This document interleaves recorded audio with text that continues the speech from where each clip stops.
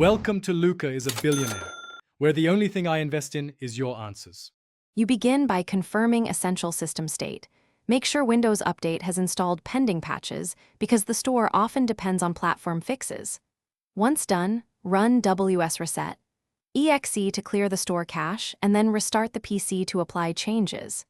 Next, make sure you're signed into the correct Microsoft account and that region, date, and time settings are accurate. Mismatches can block downloads. These quick steps resolve many transient errors and let you move to deeper fixes without wasting time. Now you handle core components.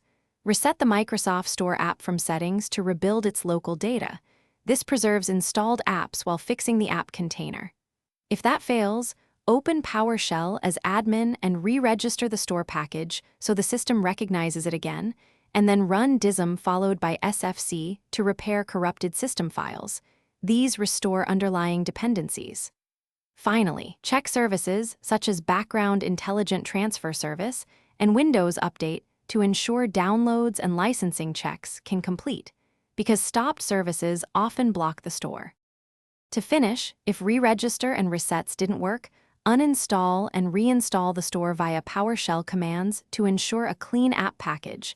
This replaces corrupted installations. If issues seem account-related, create a new local user and test the store there to isolate profile permission problems. Make sure you sign back into your Microsoft account when testing. If problems persist, check Event Viewer for store-related error codes.